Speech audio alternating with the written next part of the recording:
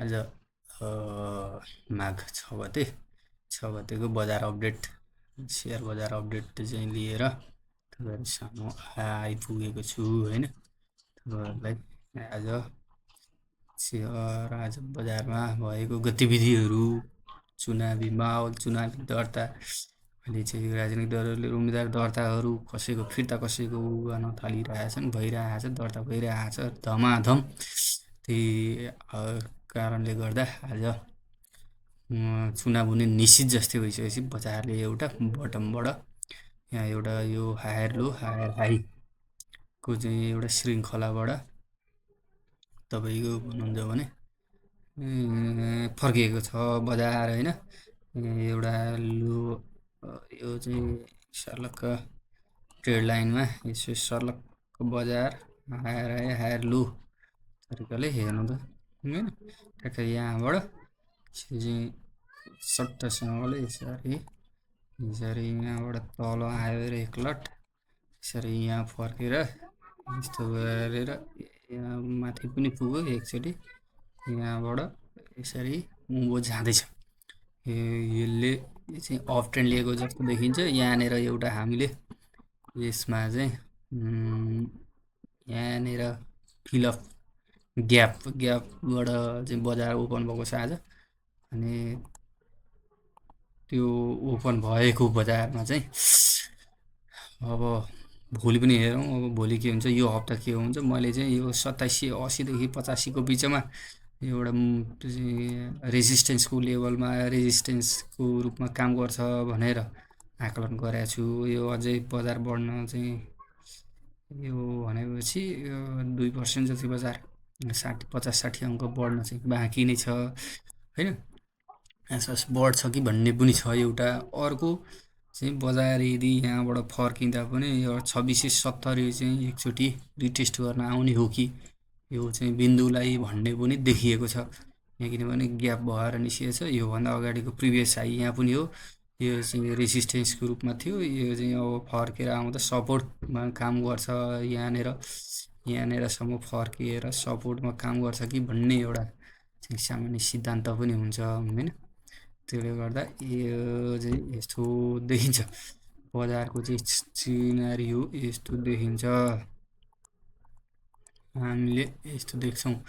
भनेपछि अब हामी यस पछाडि बजारमा चाहिँ सबभन्दा राम्रो चलेको सेक्टर कुन भन्ने हिसाब, चलेको चाहिँ बजारमा नाफा छिटो निकाल्न सकिन्छ कुन भन्दा फ्लोटेड सेक्टरमा पनि अलिकति चाहिँ भोल्युम राम्रै आछ होइन। तर अब यहाँ देखिएन, फ्लोटेडमा राम्रो देखिएन, अनि सेन्सेस फ्लोटमा नि राम्रै देखियो। बजार चाहिँ यसले चाहिँ सबभन्दा राम्रो चाहिँ फाइनेन्स र डेभलपमेन्ट ब्याङ्क देखाउँदैछ। अनि अस्तिको दिन आइतबार चाहिँ यो माइक्रो फाइनेन्स राम्रोसँग चल्या थियो होइन। यो सेकेन्ड लास्टतिर सेकेन्ड थर्डतिर थियो।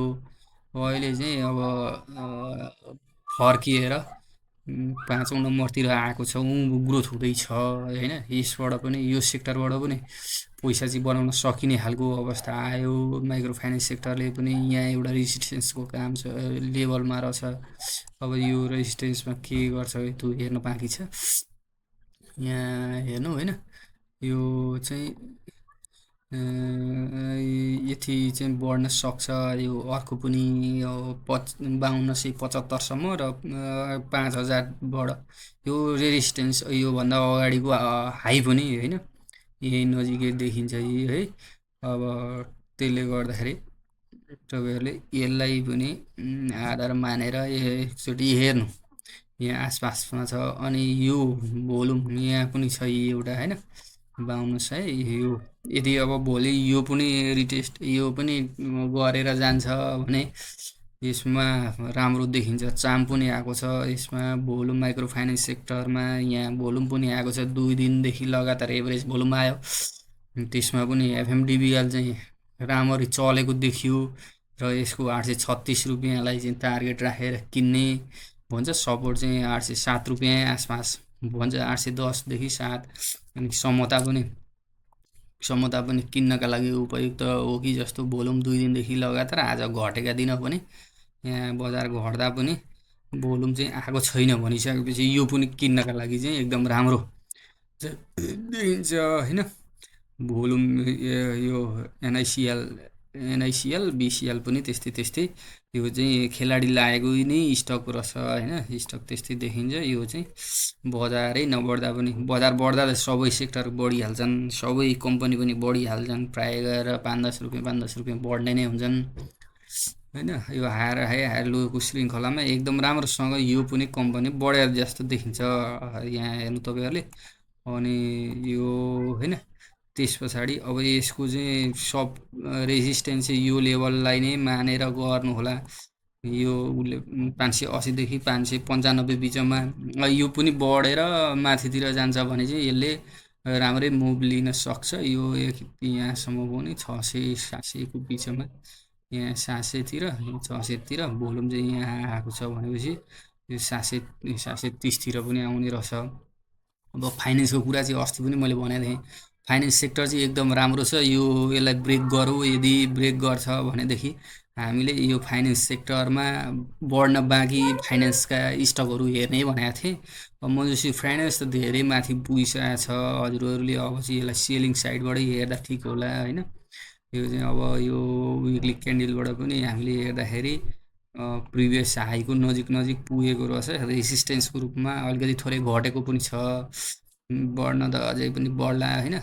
तर यस्तो यो यत्रो बढेको स्टकभन्दा बढ्न बाँकी रहेको स्टक अब सिएफसिएल त मैले रेकमेन्डेसनै गरेको किन्नु होला भनेर होइन।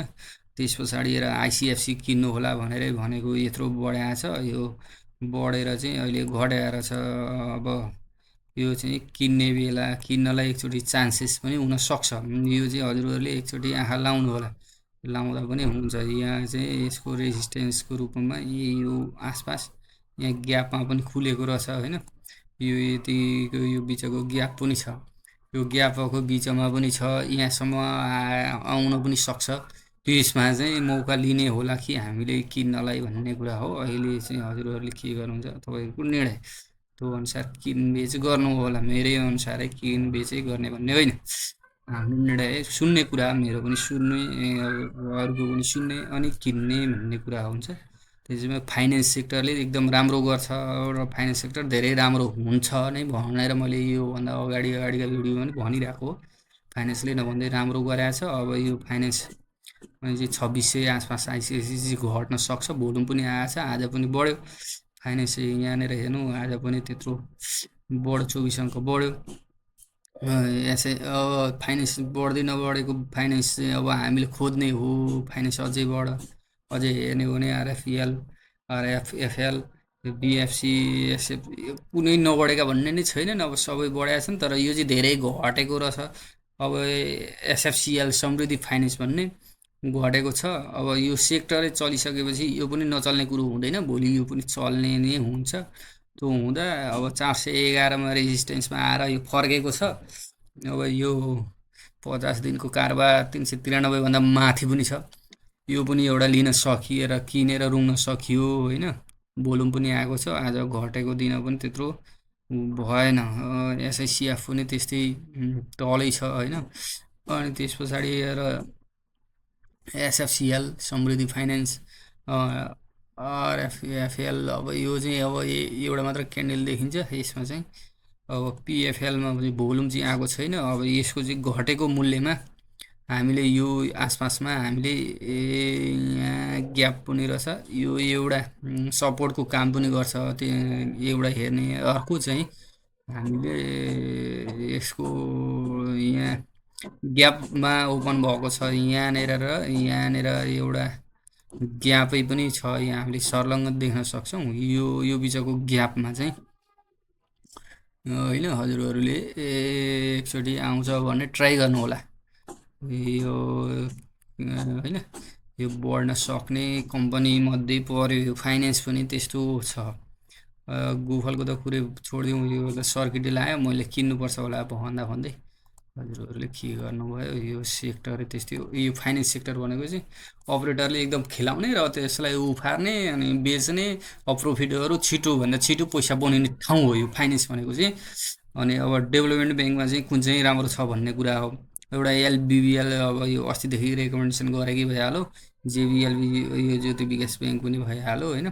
4% यो चाहिँ यति पर्सेन्ट कारोबार भएको भनेर देखाउँछ होइन। अब